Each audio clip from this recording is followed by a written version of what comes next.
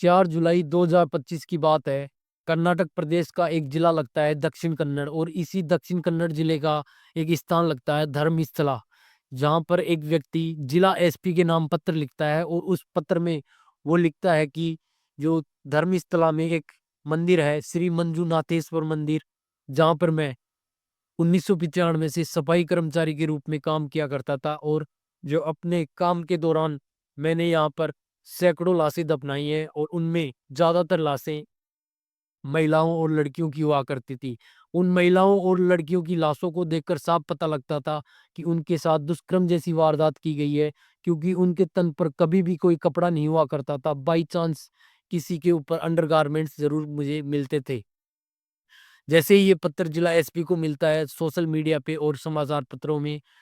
हाहाकार मच जाता है। उस व्यक्ति की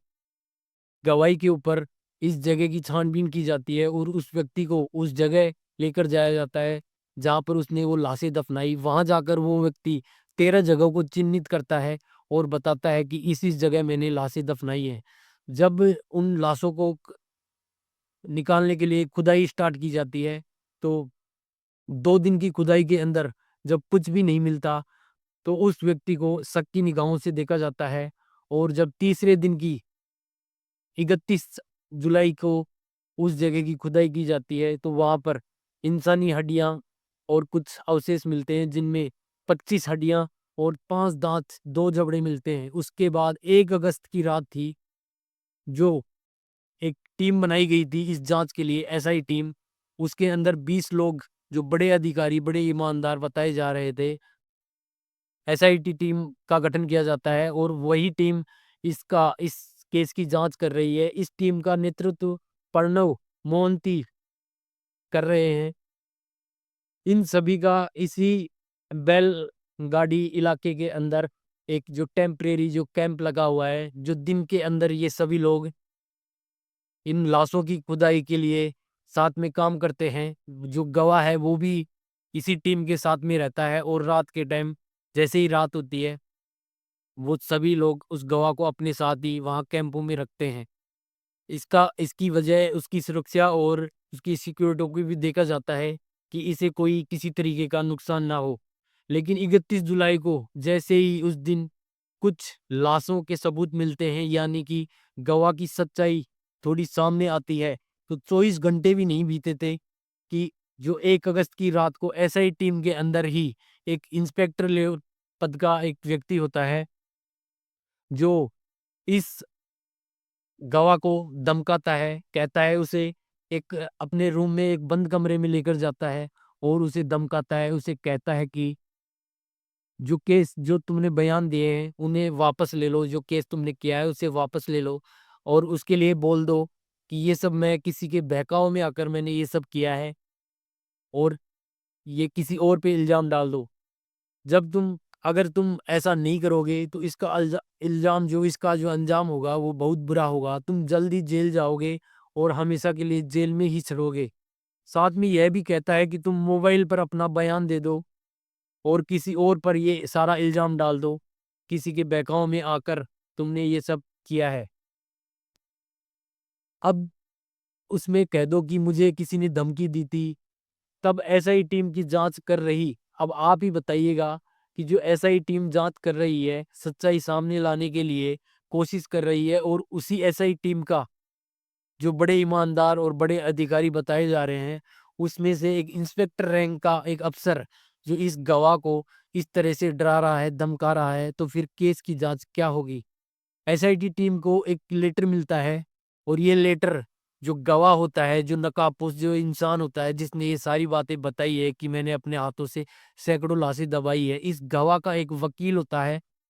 अनन्या गौड़ा। उसने ये लेटर एसआई की टीम को दिया है, और इस लेटर में जो लिखा है वो लिखती है कि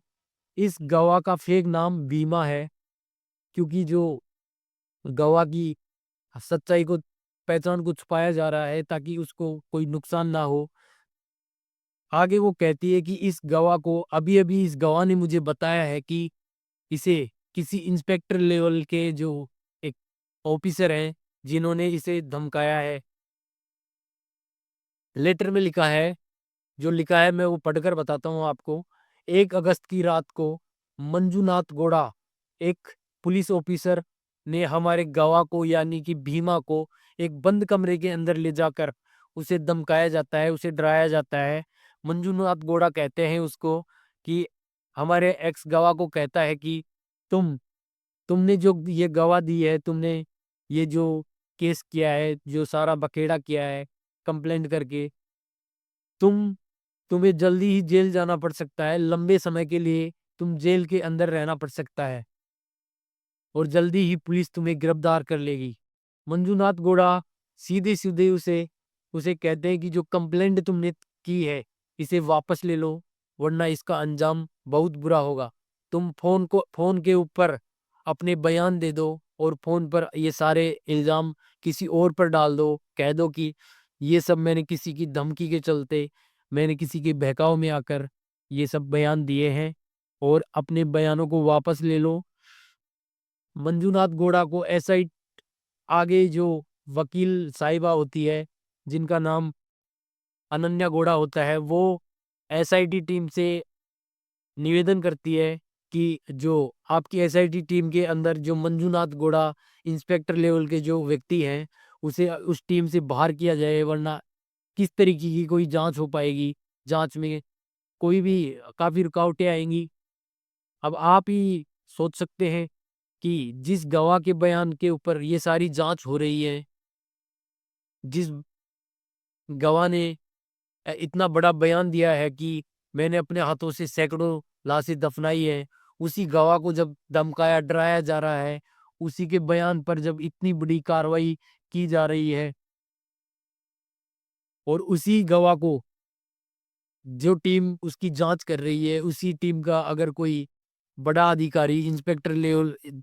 पद का अधिकारी उसको धमकाता है, डराता है, तो आप भी सोच सकते हैं कि इस केस में क्या ही आगे इस केस की जांच होगी। दोस्तों, आप इस बारे में अपनी क्या राय रखते हैं? कमेंट बॉक्स में अपनी राय जरूर दीजिएगा और वीडियो को लाइक करें और जाने से पहले मेरे चैनल को सब्सक्राइब कर बेल आइकन जरूर दबाइएगा, ताकि ये जो खबर है आपके साथ साथ और समाज तक भी पहुंच सके। धन्यवाद।